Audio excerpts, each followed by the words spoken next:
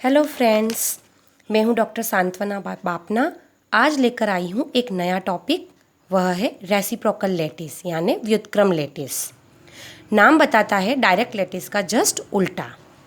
यह क्या है अब हम जानते हैं।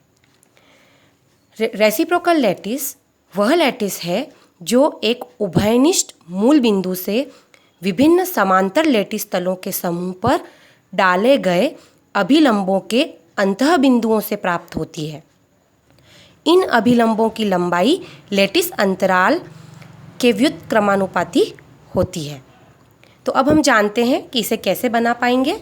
तो यहाँ पर मैंने एक क्यूबिकल लैटिस लिया है जिसके दो प्लेन्स कंसीडर किए हैं, जो मैंने यहाँ पर लाइंस से ड्रॉ किए हैं, शेड में बनाए हैं। इन दोनों प्लेन्स के बीच की डिस्टेंस, जिसे मैंने DHKL से रिप्रेजेंट किया है, यह कहलाता है लैटिस अंतराल। अब इन प्लेन्स का हमें एक रेसिप्रोकल लैटिस ड्रॉ करना है। तो उसके लिए हम सबसे पहले एक कोई भी पॉइंट कंसीडर करेंगे। इस पूरे के पूरे वॉल्यूम के अंदर हम कोई भी एक पॉइंट ले सकते हैं। तो माना कि हमने एक पॉइंट लिया है जो मैंने यहाँ पर डॉट से मार्क किया है।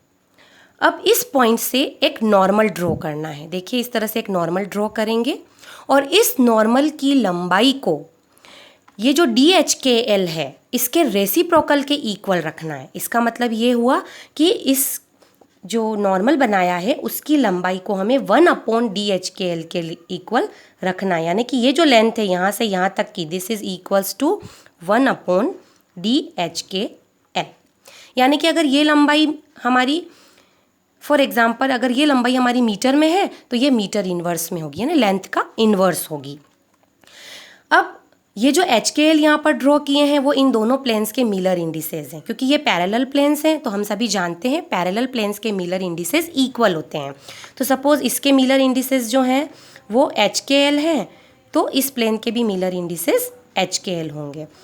तो इस तरीके से अगर किसी आर्बिट्री पॉइंट से हम एक परपेंडिकुलर ड्रॉ करें और उस परपेंडिकुलर की लेंथ को हम इंटरप्लेनर डिस्टेंस स्पेसिंग के इक्वल के रेसिप्रोकल के इक्वल रखें, मीन्स इसका जस्ट 1/DHKL, तो एक नया पॉइंट हमें मिलेगा। ये हमारा एक रेसिप्रोकल लैटिस पॉइंट होगा। इसी तरह से हम फिर से दो प्लेन्स कंसिडर कर सकते हैं। अपोजिट प्लेन्स यानी इक्वल मिलर इंडिसेस वाले प्लेन्स हमें लेने हैं, पैरेलल प्लेन्स हमको लेने हैं। तो इस तरीके से हम ये दो प्लेन्स कंसिडर कर सकते हैं और इनके बीच की जो भी परपेंडिकुलर डिस्टेंस होंगी उसके 1/परपेंडिकुलर डिस्टेंस के इक्वल नॉर्मल ड्रॉ करेंगे, नॉर्मल की लेंथ को ड्रॉ करेंगे। वहाँ पर हमें जितने भी पॉइंट्स मिलेंगे उन पॉइंट्स से हमें रेसिप्रोकल लैटिस मिलेगी। तो इस तरह से हम रेसिप्रोकल लैटिस को ड्रॉ कर सकते हैं। तो अब हम बात करते हैं कि किसी भी एक सीधी लैटिस का मतलब है डायरेक्ट लैटिस की बात करते हैं। तो किसी भी सीधी लैटिस, जैसा कि डायग्राम में बनाई है एक यूनिट सेल मैंने, उसके जो डायरेक्ट लैटिसेस हैं उसके मिलर इंडिसेस जो हैं वो 1 0 0 0 1 0 एंड 0 0 1 से हम रिप्रेजेंट करते हैं। तो इसके जो फंडामेंटल रेसिप्रोकल लैटिस वेक्टर्स होंगे वो fundamental reciprocal lattice vectors 1 0 0, sigma 0 1 0 and sigma 0 0 1 से रिप्रेजेंट होते हैं। जैसा कि ये सिग्मा यहाँ पर क्या होगा, सिग्मा होगा, ये sigma is equals to 1/DHKL। इसको हम फंडामेंटल रेसिप्रोकल लैटिस वेक्टर्स कहते हैं। फॉर एग्जाम्पल, हम एक मोनोक्लिनिक यूनिट सेल कंसिडर करते हैं। आप सभी जानते हैं मोनोक्लिनिक यूनिट सेल के अंदर क्या होगा।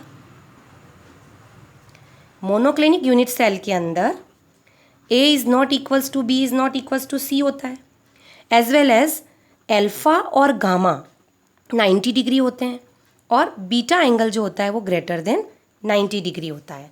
सपोज मैं इसको ड्रॉ करती हूँ, तो मैंने एक मोनोक्लिनिक लैटिस को ड्रॉ करना है। सपोज ये हमारा A वेक्टर है, ये हमारा C वेक्टर है और B वेक्टर जो है वो इस पॉइंट के बाहर की तरफ है, यानी आउटर, इस तरह से आउटर स्पेस में बाहर की तरफ है। अगर हम इसको पेपर पे ड्रॉ करना चाहते हैं तो हम इस तरह से B को ड्रॉ कर सकते हैं। अब हमारा जो इसके अंदर जो डायग्राम मैंने बनाया है मोनोक्लिनिक यूनिट सेल का, इसके अंदर 1 0 0 प्लेन को अगर हम मार्क करना चाहते हैं तो 1 0 0 प्लेन हमारा ये वाला होगा। जिसके मिलर इंडिसेस होंगे। तो दिस प्लेन इज़ 100, ये हमारा प्लेन जो होगा वो 100 प्लेन होगा। इस 100 प्लेन के परपेंडिकुलर हम इसके एक परपेंडिकुलर एक और मतलब इसके एक पैरेलल एक और प्लेन होगा। इसके पैरेलल कहाँ एक और प्लेन होगा, वो इस पर ड्रॉ होगा, जस्ट पैरेलल। ये एक इसके जस्ट पैरेलल प्लेन है। इन दोनों प्लेन के बीच की परपेंडिकुलर डिस्टेंस, सपोज ये इन दोनों प्लेन के बीच की परपेंडिकुलर डिस्टेंस है जिसे हम DHKL से रिप्रेजेंट कर रहे हैं। तो हमें क्या करना है, हमें इसकी रेसिप्रोकल लैटिस को पॉइंट को मार्क करना है। तो कैसे करेंगे, जो भी DHKL आ रहा है उसका 1/DHKL ले लेंगे और सपोज जो आर्बिट्री पॉइंट हमने यहाँ पर ये चूज़ किया था उसी तरह से यहाँ पर हम एक आर्बिट्री पॉइंट चूज़ करते हैं, ये वाला, और यहाँ से परपेंडिकुलर ड्रॉ करते हैं। तो यहाँ से एक परपेंडिकुलर हम ड्रॉ करेंगे। मान लीजिए हमें नया पॉइंट मिलता है ये, तो ये हमारा रेसिप्रोकल लैटिस पॉइंट बन जाएगा। तो इसी तरह से हम दूसरे प्लेन्स का भी बना सकते हैं, 010 प्लेन का भी बना सकते हैं, 001 प्लेन का भी बना सकते हैं। तो हमें इस तरह से हर डायरेक्ट सेल के पॉइंट के लिए रेसिप्रोकल, डायरेक्ट सेल के प्लेन के लिए रेसिप्रोकल पॉइंट जो है वो लैटिस के अंदर पॉइंट मिल जाएगा। इसको हम सपोज करो जो नया पॉइंट मिला हम सिग्मा से रिप्रेजेंट कर रहे हैं, या हम capital A, capital B, capital C से भी रिप्रेजेंट कर सकते हैं। रिप्रेजेंट करने के कई तरीके हैं। अब हमें ये फाइंड आउट करना है कि सपोज मैंने इसको कैपिटल A से रिप्रेजेंट किया, हमें ये फाइंड आउट करना है कि ये जो स्मॉल a, स्मॉल b और स्मॉल c है जो कि डायरेक्ट लैटिस के वेक्टर्स हैं, और रेसिप्रोकल लैटिस के जो वेक्टर्स हैं जिसे हम सिग्मा से रिप्रेजेंट कर रहे हैं या capital A, capital B, capital C से रिप्रेजेंट करेंगे, तो इन दोनों के बीच में क्या रिलेशन है, वो रिलेशन हमको फाइंड आउट करना है। तो इसके लिए हम एक बहुत सिंपल कंसेप्ट लेके चलते हैं।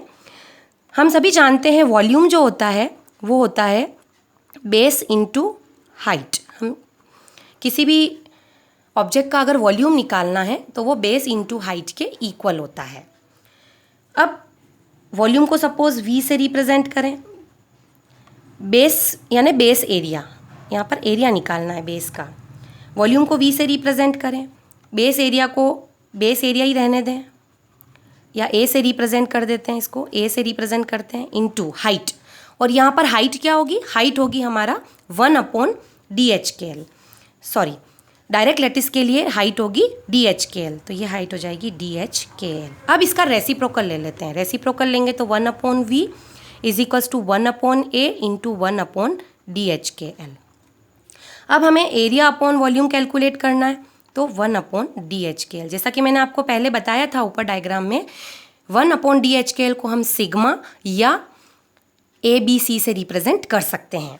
तो सपोज हम यहाँ पर इसको सिग्मा HKL लिख देते हैं, क्योंकि अलग अलग प्लेन के लिए फिर हम इसको capital A, capital B, capital C से रिप्रेजेंट करेंगे। तो अब सबसे पहले मैं reciprocal lattice vector find out करती हूँ 100 के लिए। तो अगेन हमारा फॉर्मूला क्या है, एरिया अपॉन वॉल्यूम। अगर हम 100 प्लेन की बात करते हैं तो हमारा प्लेन ये रहा 100। 100 प्लेन के कौन से प्लेन के अंदर है ये, अगर डायरेक्ट लैटिस के जो वेक्टर्स हैं वो B और C वेक्टर हैं, यानी ये B और C के परपेंडिकुलर होगा, तो B क्रॉस C ये हो जाएगा हमारा एरिया और वॉल्यूम अपॉन वॉल्यूम।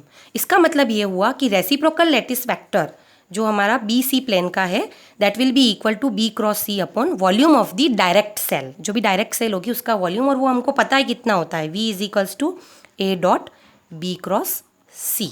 इस तरह से हम वॉल्यूम को रिप्रेजेंट कर सकते हैं।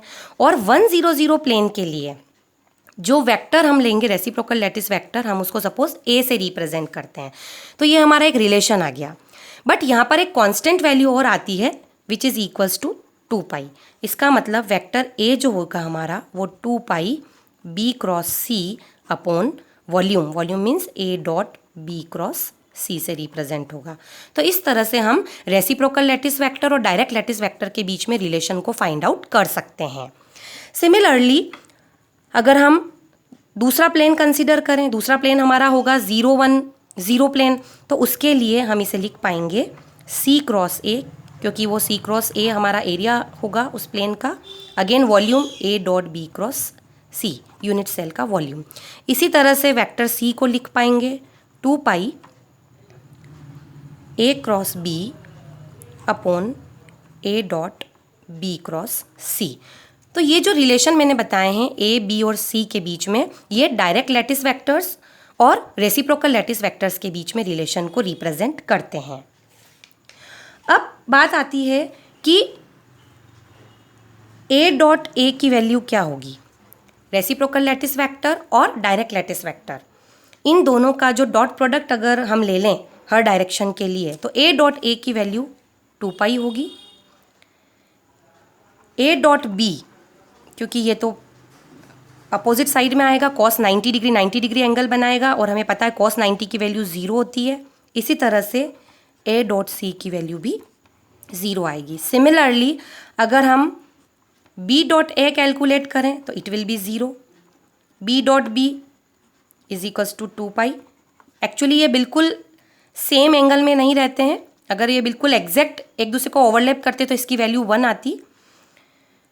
और B dot C is equals to 0। Similarly C dot A is equals to 0, C dot B is equals to 0, ये कैपिटल सी हैं, और C dot small C is equals to 2 pi.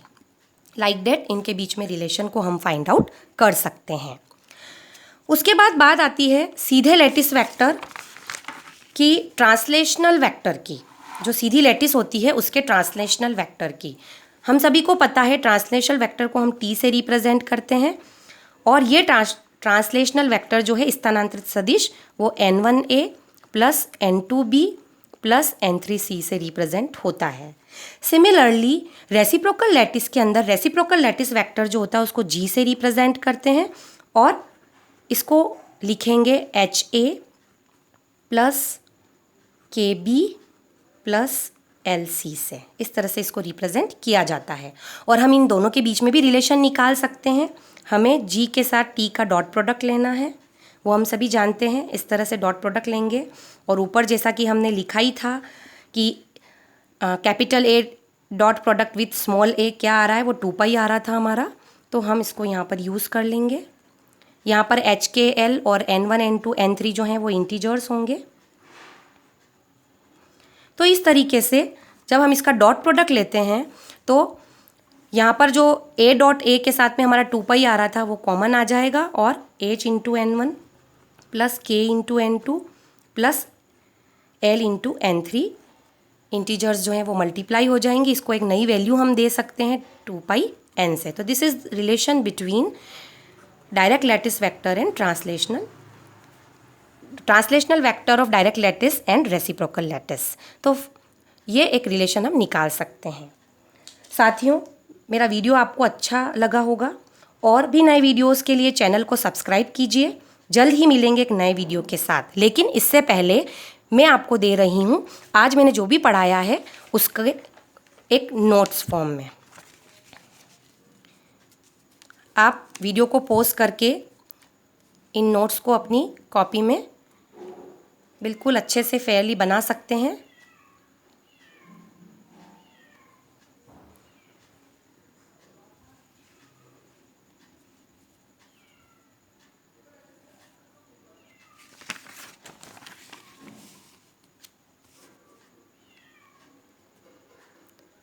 Okay साथियों, thank you.